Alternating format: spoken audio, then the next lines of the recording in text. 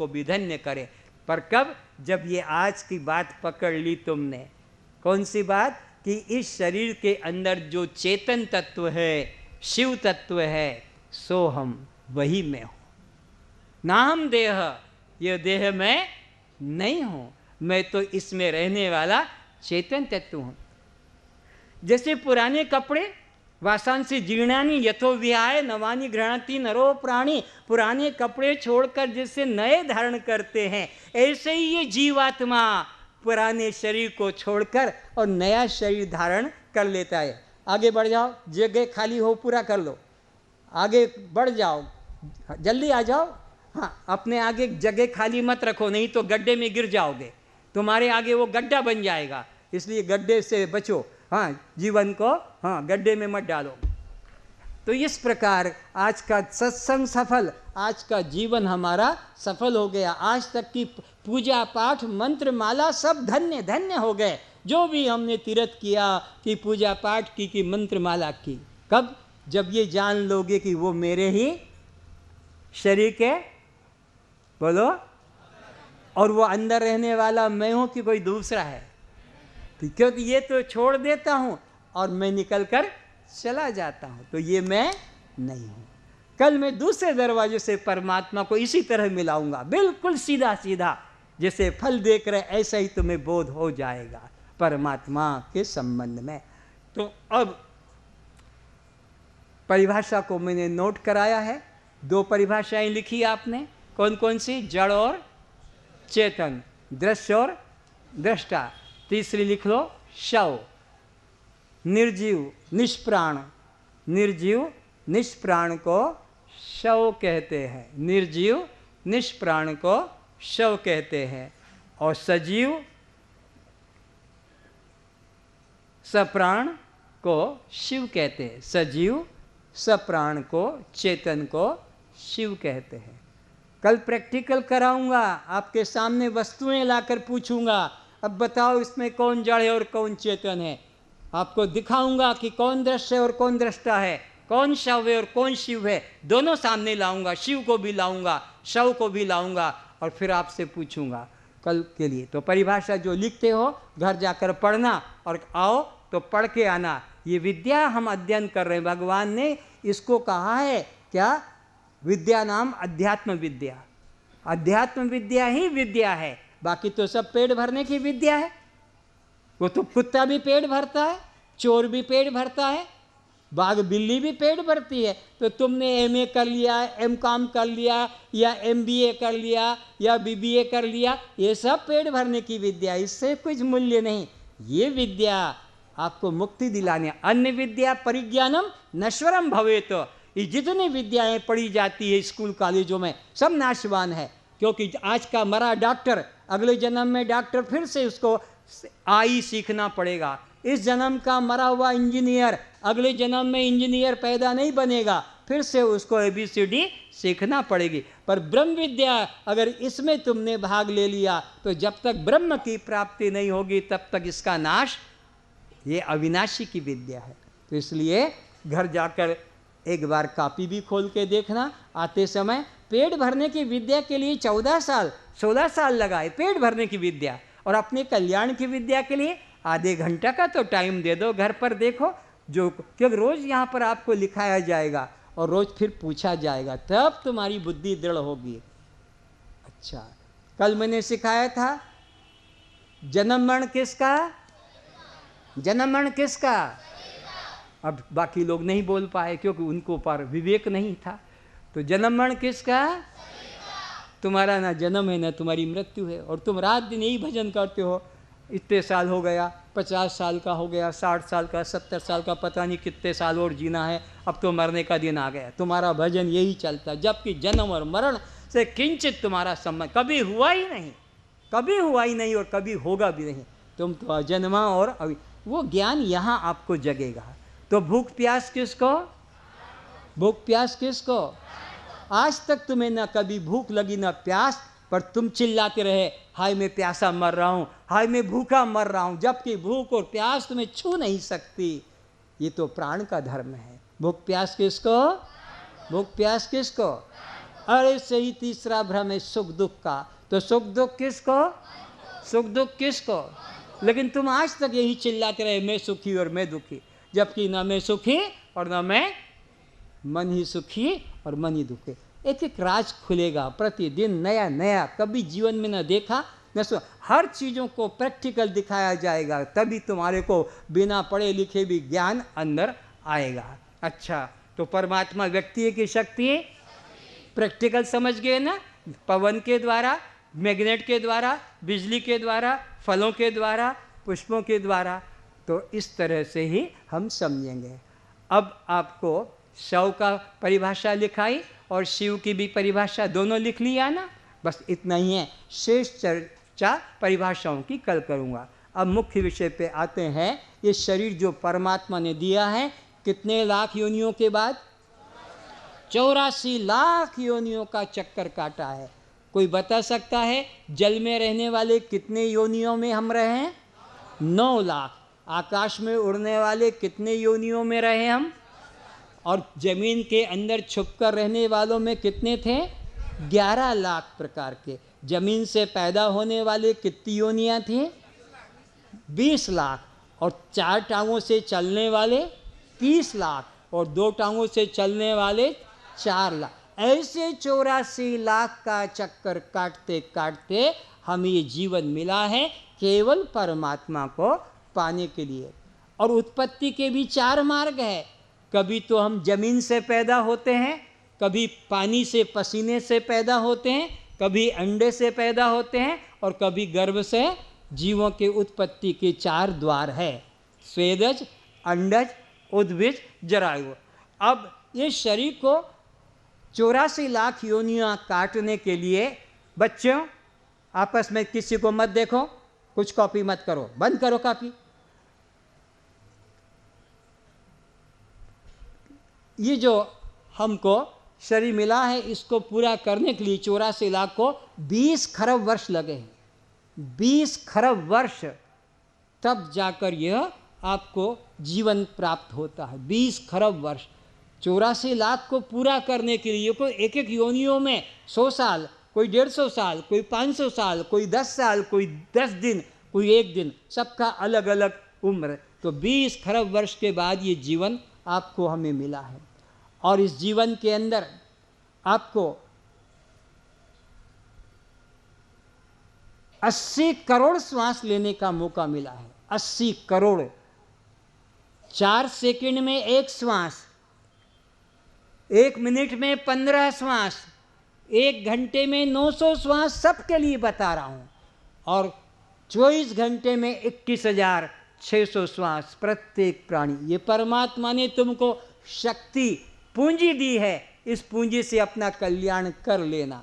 जैसे बाप अपने बेटे को कहता ले जा 2 लाख 4 लाख बम्बई कलकत्ता और इससे बिजनेस करना, और वो हानि लाभ का करता है। ऐसे ही परमात्मा ने हमको यह श्वास की पूंजी दी है जिसके द्वारा आत्म कल्याण करना है।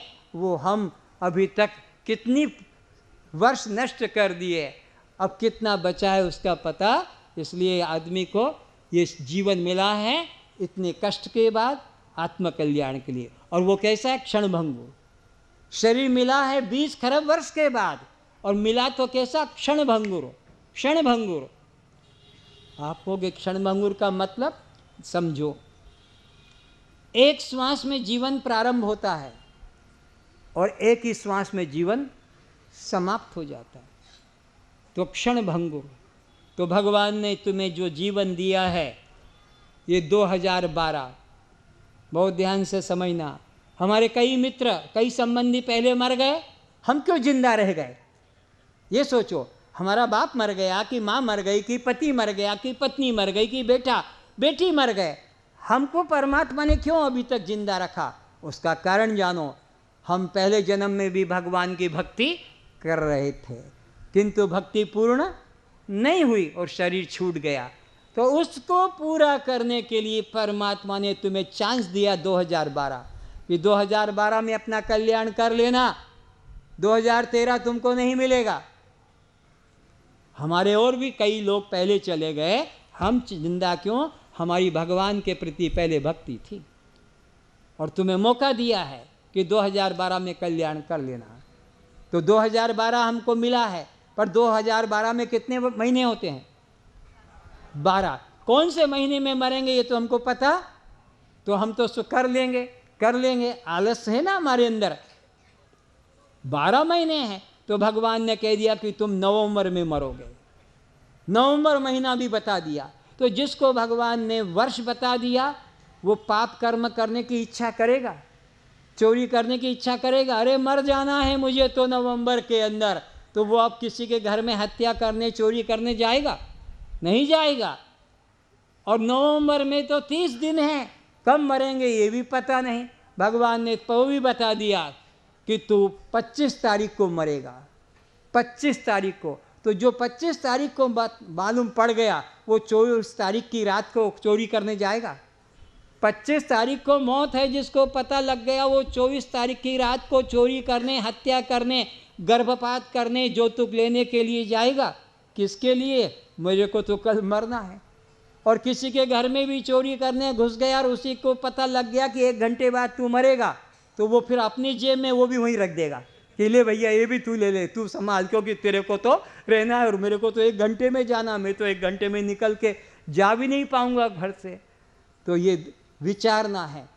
भगवान ने 2012, सब लोग सुनते जाना, महीना बता दिया नवंबर और तारीख बता दी 25, पर 25 तारीख में भी तो 24 घंटे हैं, मौत कब आएगी उसका पता। तो इसलिए हर घंटे को अपना अंतिम जानना, क्या पता अगला घंटा आए या ना आए, पहले ही अपना कल्याण कर दो।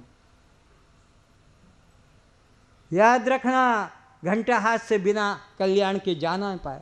और भगवान ने घंटा भी बता दिया कि 11 बजे प्राण जाएंगे। 2012 नवंबर महीना 25 तारीख और 11 बजे प्राण जाएंगे। भगवान ने बता दिया 11, तो 10 बजे तक ही अपना कल्याण कर लेना। 11 में भी तो 60 मिनट हैं, किस मिनट में प्राण जाएगा उसका पता। तो हर मिनट को अंतिम जानना। तो ऐसे व्यक्ति की कभी दुर्गति। हर मिनट को जो अंतिम जानेगा, हर घंटे को जो अंतिम जानेगा, हर दिन को जो अंतिम जानेगा, हर महीने को जो अंतिम जानेगा, हर वर्ष को जो अंतिम जानेगा, ऐसा व्यक्ति कभी दुष्चरित्र नहीं होगा, आतताई नहीं होगा, हत्यारा चोरी करने वाला नहीं होगा, क्योंकि जान रहा है कि मुझे तो इसी साल मरना है, इसी महीने में मरना है, इसी तारीख में मरना है, इसी घंटे में मरना है, इसी मिनट में मरना है। और मिनट भी बता दिया कि 55 मिनट में मरेगा, लेकिन मिनट में भी तो 60 सेकंड होते हैं। कौन से सेकंड में प्राण जाएगा पता। इसलिए हर सेकंड को, हर श्वास को अंतिम जानना। हर श्वास को अंतिम जानो। कोई श्वास तुम्हारा किसी के प्रति बुरा सोचते सोचते न चला जाए, और किसी का अमंगल सोचते सोचते चला गया, किसी का बुरा सोचते सोचते चला गया, किसी की बुराई को सोचते सोचते प्राण चले गए, तुम्हारा ये देव दुर्लभ योनि नष्ट हो जाएगा और उसी योनि में जन्म लेना पड़ेगा। इसलिए कल रात्रि के लिए मैंने होमवर्क दिया था कि अपने घर में जाकर शत्रुभाव से मुक्ति लेकर सोना। अगर शत्रुभाव से मुक्ति नहीं लिया और प्राण निकल गए तो शत्रु की योनि में जन्म लेना पड़ेगा। और भगवान से क्षमा करना, मांगना, हे प्रभु मुझे कल का जीवन दे दो तो मैं लोक कल्याण के कर्म करूँगा, और अगर कल का जीवन नहीं देते हो तो मेरा अंतिम प्रणाम स्वीकार कर लो। हे प्रभु मेरा अंतिम प्रणाम स्वीकार कर लो। और ऐसी प्रार्थना करके और प्राण निकल भी गए तो तुम्हारा तो कल्याण ही कल्याण है, क्योंकि अंतमति सो गति, तुमने तो अंत में परमात्मा का चिंतन किया। और अगर तुम जाग गए बिस्तर पर तो भगवान से जो रात्रि को वचन किया था कि मुझे अगर कल का दिन देगा तो मैं लोक कल्याण के कर्म करूँगा, तो आज कितने लोगों ने लोक कल्याण के कर्म किए निस्वार्थ भाव से? हाथ उठा के दिखाना, झूठे हाथ मत उठाना भगवान के तरफ, बहुत अच्छा है। बाकी लोग इनको देखकर शिक्षा लें कि इन्होंने भगवान से रात को वचन दिया था कि कल का जीवन दे देगा तो मैं लोक कल्याण के कर्म करूँगा, और कुछ न कुछ किया है, किसी न किसी रूप में किया है निस्वार्थ भावना से। हर व्यक्ति को प्रति रात्रि को भगवान से प्रार्थना करना है कि हे प्रभु कल का जीवन मुझे देना तो मैं लोक कल्याण के कर्म करूँगा, और अगर तू कल का जीवन नहीं देगा, आज ही मेरे जीवन का अंतिम कर देगा, तो फिर मेरे अंतिम प्रणाम स्वीकार कर लो। मेरे अंतिम प्रणाम, ये प्रार्थना करके सो जाना, तुम्हारे द्वारा कभी कोई शुभ कर्म नहीं हुआ तब भी तुम्हारी दुर्गति नहीं होगी। कभी जीवन में अच्छा काम नहीं किया लेकिन प्रभु से प्रार्थना करते करते प्राण निकल गए तो तुम्हारी दुर्गति कभी नहीं होगी। कितना सरल उपाय बता रहा हूँ, कुछ करने की जरूरत नहीं है, बस रोज रात्रि को सोते समय सच्चे मन से प्रभु से प्रार्थना करना, हे प्रभु कल का जीवन देना तो मैं लोक कल्याण के निष्काम कर्म करूँगा बिना फल की इच्छा के, और तू कल मुझे नहीं देगा कल का जीवन तो मेरा अंतिम प्रणाम स्वीकार कर लो, क्योंकि और फिर मैं तुम्हारे को अंतिम प्रणाम करने के लिए रहूँगा नहीं। दोनों हाथों में लड्डू हो, जीवन मिल गया तो भी कल्याण है और जीवन रात्रि को चला गया तब भी कल्याण है, क्योंकि अंतमति सुगति 8वें अध्याय के 5वें 6ठे श्लोक में भगवान ने यही निश्चय कराया। अर्जुन, जो जिसका चिंतन करता है प्राण छोड़ता है, मैं उसको उसी योनि में डाल देता हूँ। तो भगवान का चिंतन करते करते प्राण जाएंगे तो तुम कहाँ जाओगे? भगवान के धाम में। अच्छा, तो अब विचार करते हैं मनुष्य और पशु में क्या भेद है। बहुत गंभीर विषय है, ये सोचने जैसा होगा और विचार भी रखना कि अब मैं अपने को मनुष्य मानूं कि पशु मानूं। तो मैं तुम्हारे सामने 4 क्रियाएं बताता हूँ, आहार, निद्रा, भय और मैथुन। ये 4 क्रियाएं समान है मनुष्य में भी और पशु में भी। आहार करना, निद्रा करना, भयभीत रहना और बच्चे पैदा करना। जगह को पूरा कर लो मेकअप, हाँ बिल्कुल गड्ढा मत छोड़ो, खाली जगह छोड़ोगे गिर जाओगे। तो मनुष्य के जीवन में भी 4 काम है, आहार, निद्रा, भय और मैथुन। पशु आहार करता है कि नहीं? बोलो, सब बोलो। मनुष्य करता है कि नहीं? दोनों बराबर। पशु निद्रा करता है कि नहीं? मनुष्य निद्रा करता है कि नहीं? दोनों बराबर। पशु भयभीत है कि नहीं? और मनुष्य भयभीत है कि नहीं? दोनों बराबर। पशु बच्चे पैदा करते कि नहीं? और मनुष्य करते कि नहीं? बोले हमारी गोद में ही बैठे, पूछने की जरूरत क्या? तो फिर बराबर हो गए। पर मनुष्य में एक चीज ज़्यादा है। क्या ज़्यादा है? ज्ञानाम नरणाम अधिकम विशेषो ज्ञानेन हीना पशुभिर समाना। ये वाक्य तुम भी बोलो, ज्ञानेन हीना पशुभिर समाना, ज्ञानेन हीना पशुभिर समाना।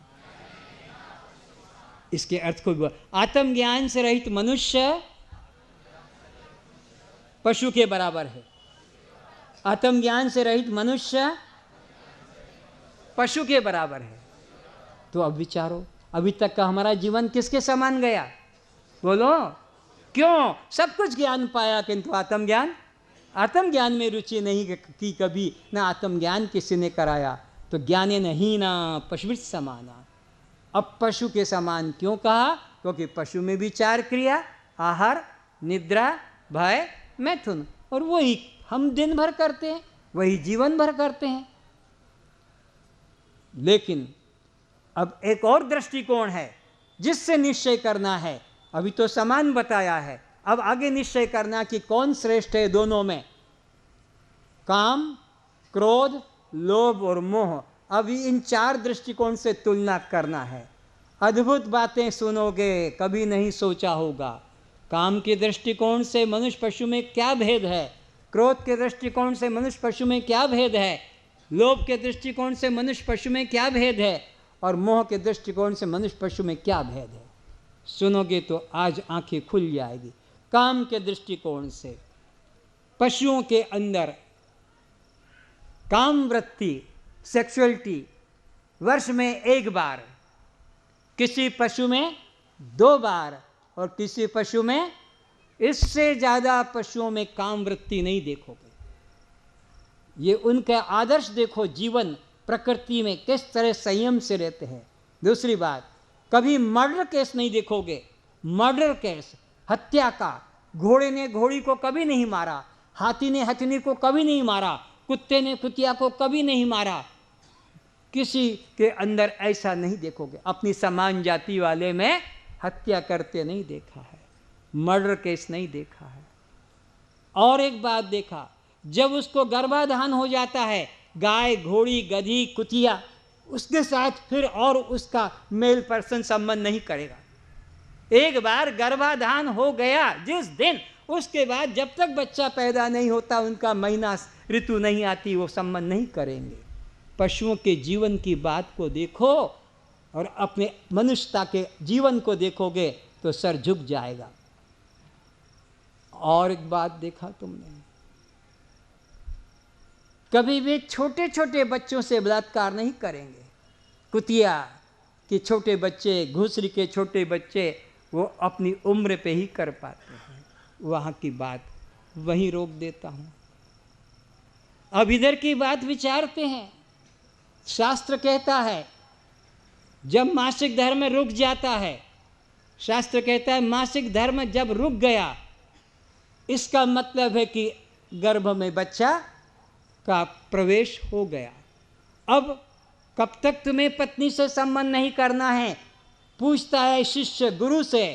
तो गुरु कहता है जब तक बच्चा बाहर आकर दूध पीना बंद नहीं करता है और फिर वह माता उस गर्भ में आए बच्चे के और दूध पिलाने तक में जो शक्ति गई है, उस